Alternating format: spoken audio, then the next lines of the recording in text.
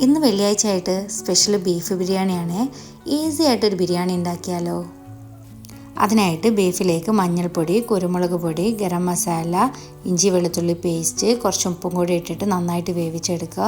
മസാല ഉണ്ടാക്കാനായിട്ട് ചൂടായ പാനിലേക്ക് കുറച്ച് വെളിച്ചെണ്ണ ഒഴിച്ച് അതിലേക്ക് സവാള ഇട്ട് ആവശ്യത്തിന് ഉപ്പും കൂടി ഇട്ടിട്ട് വഴറ്റി കൊടുക്കാം. ശേഷം ഇഞ്ചി വെളുത്തുള്ളി പേസ്റ്റ്, ചതച്ച് വെച്ച പച്ചമുളക്, അരിഞ്ഞു വെച്ച തക്കാളി കൂടി ഇട്ടിട്ട് വീണ്ടും വഴറ്റി കൊടുക്കുക. എന്നിട്ട് അതിലേക്ക് മഞ്ഞൾപ്പൊടി, കുരുമുളക് പൊടി, മല്ലിപ്പൊടി, ഗരം മസാല എന്നിവ ചേർത്തിട്ട് വീണ്ടും മിക്സ് ചെയ്ത് കൊടുക്കുക.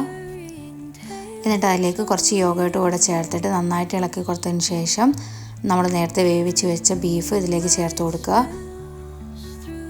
എന്നിട്ട് ഇതിലേക്ക് കുറച്ച് മല്ലിയില കൂടെ ചേർത്ത് നന്നായിട്ട് മിക്സ് ചെയ്ത് അടച്ചു വെച്ച് മാറ്റി വെക്കാം. നമ്മുടെ മസാല ഇവിടെ റെഡി ആയിട്ടുണ്ട്. ഇനി ഇതിലേക്ക് ആവശ്യമായിട്ടുള്ള റൈസ് റെഡിയാക്കി എടുക്കുക. അതിനായി ചൂടായ പാനിലേക്ക് കുറച്ച് ഗീയും വെളിച്ചെണ്ണയും പട്ട, ഏലക്ക, ഗ്രാമ്പൂ പിന്നെ സവാളയും കൂടി ചേർത്തിട്ട് ഒന്ന് വഴറ്റി കൊടുക്കുക. എന്നിട്ട് അരിക്ക് ആവശ്യമായ വെള്ളം ഒഴിച്ചിട്ട് കുറച്ച് ഉപ്പും കൂടി ഇട്ടിട്ട് നന്നായിട്ട് തിളപ്പിച്ചെടുക്കുക.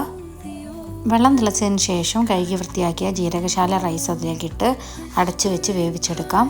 റൈസ് റെഡി ആയിട്ടുണ്ട്. ഇനി ദമ്മിട്ടെടുക്കാം. അതിനായിട്ട് മസാലയിലേക്ക് വേവിച്ച് വെച്ച റൈസ് ഇട്ട് കൊടുക്കാം.